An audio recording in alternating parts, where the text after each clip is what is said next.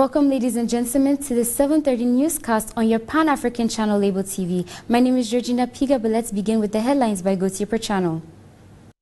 After a two-day visit of the Rwandan President Paul Kagame in Khartoum, where he met Sudan's Omar al-Bashir, the two heads of state agreed to jointly confront the International Criminal Court, in short, ICC, accusing it of bias against African leaders.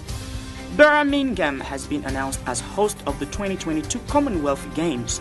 The head of the Commonwealth Games Federation, in short, CGF, Louise Martin, made the announcement in the Midlands city. Rwanda's President Paul Kagame in Khartoum met Sudan Omar al-Bashir. The two heads of states have agreed to confront the ICC in terms of against African leaders in bias. Let's get the story by Gautier per channel. The agreement was reached at talks between the two countries held in Khartoum. President Kagame, who arrived in the Sudanese capital for a two-day visit, stressed that the African Union's position was against the ICC, stating that the continent's leaders were victims of its biased justice. We have also talked about the International Criminal Court, and I can say our position has been very clear, President Kagame emphasized as he was addressing the press. As for him, President Bashir congratulated Rwanda's position, which seeks to protect Sudan and other African nations from what he called the international agenda, adding that there should be better coordination between the African governments to implement the AU stance on the ICC. The ICC issued two arrest warrants against al-Bashir in 2009 and 2010 for alleged war crimes, crimes against humanity, and genocide committed in Darfur. He is the first sitting head of state charged by the Hague-based court since its inception in 2002. Sudan, which is not a state member of Rome's Statute of the ICC, has been campaigning for an African withdrawal from the court. Rwanda is not a state party to the Tribunal of War Crimes, but has the obligation as a member of the United Nations to cooperate with the court. However, like many other African capitals, Kigali is critical to ICC and to its focus on Africa. In Senegal, a groundnut tax was introduced for the very first time in 2016, but was applied for the very first time this year. Let's get the story in full. The groundnut sector is essential for Senegal's agriculture that involves almost 60% of the peasants. The head of state, Macky Sall, therefore heard the calls of peanut professionals by introducing this tax in October 2016, where a kilo of shelled groundnut is 40 francs and in-shelled groundnut is 15 francs. A decision to help the sector this year confirms that ambition of the president to develop the local sector to increase the capacity of oil mills is not yet relevant. Once again, on the continent, the quality raw material is for the moment largely transformed abroad. The Chinese export a large part of the production, leaving some farmers without seed for the following season. So the Council of Ministers, Macky Sall, has therefore requested the suspension of this export tax to bring Asian buyers back. Despite the fall in Robusta prices, Côte d'Ivoire keeps the price of the producer as same, so not to discourage coffee growing. Let's listen to the elements.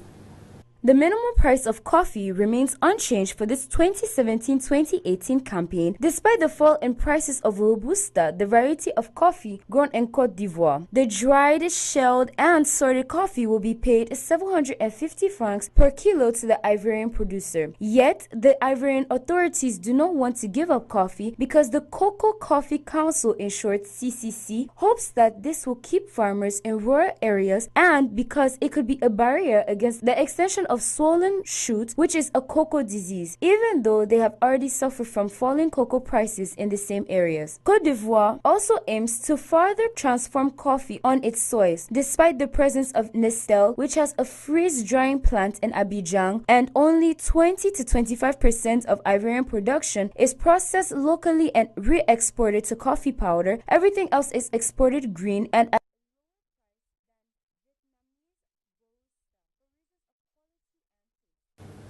Now let's go to briefs and images. In the land of inspiration, Cheikh Diallo is an architect designer from Mali. Although his name never rang a bell, if you're a little interested in contemporary art, you could meet him in Bamako, where he is situated. You must have seen some of his creations, which has been exhibited, I meant to say, from Paris to New York, and is now going viral all around the world with his furniture revisited in metal and nylon. Activities making end-of-the-year feast are underway worldwide. Ahead of the celebrations of Christmas feast on December 25th, people are fasting preparations. In Cameroon, the fever is felt in streets as reported by Elise Kamembeli. Let's get the... Yaoundé, nation's capital of Cameroon, is currently vibrating at the pace of end-of-year festivities. Touring some markets, supermarkets and shops where parents are purchasing articles for children. Focus is on how to cook on the 25th of December. On that day, on the 25th, I have to try and even kill them one fowl so that they will eat and be happy. You know that they are also on big day like other children. We have to make on it our effort. At least if I didn't have anything for myself, I have to satisfy my children. In the meantime, other parents complain of the economic crisis. They are hustling to satisfy the children after good results obtained in school. Christmas this year is things are very strong. There's no money outside.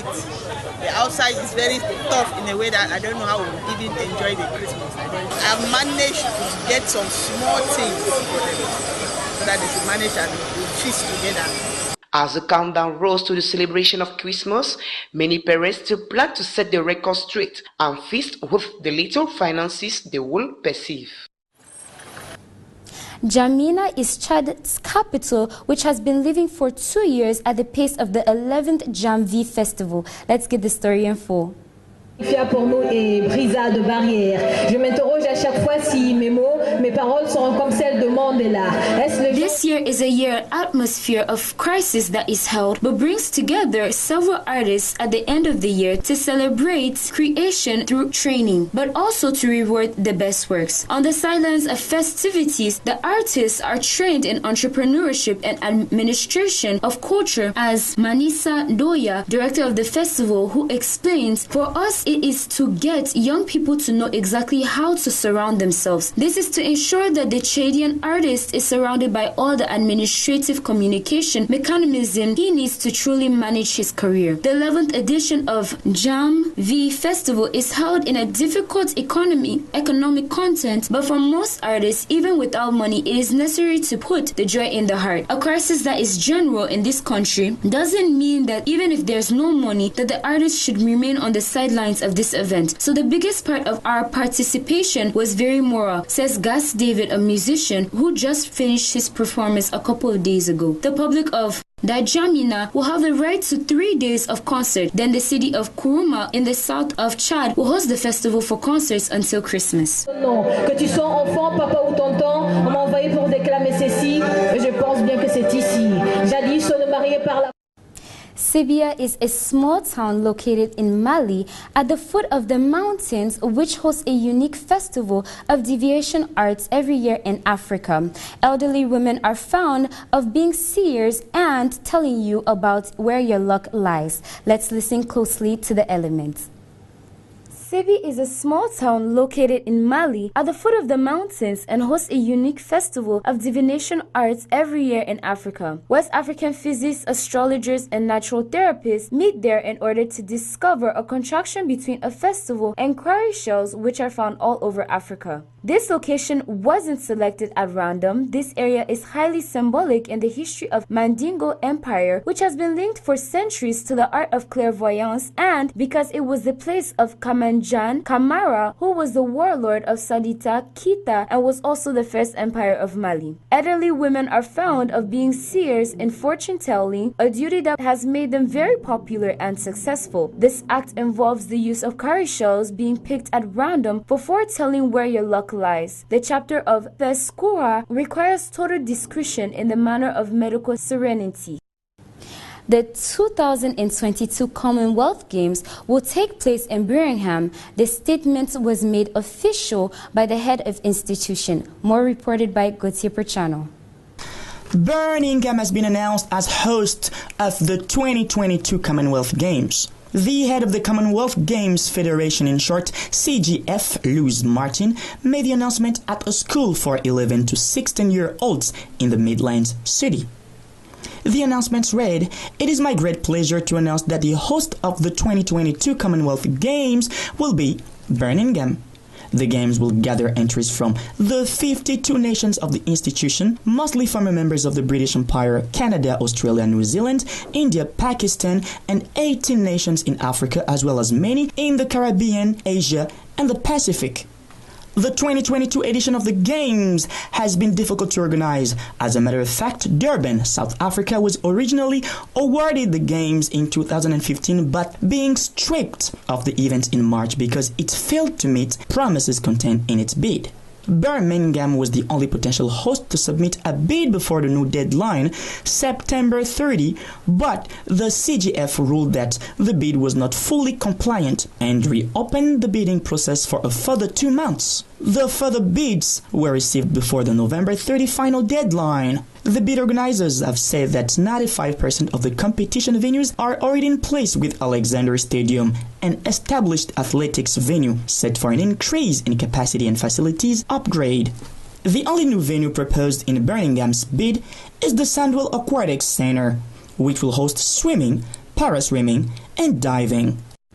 Well, ladies and gentlemen, we have come to the end of this newscast on your Pan-African channel, Labeltv. Can't wait to see you same time tomorrow. Goodbye.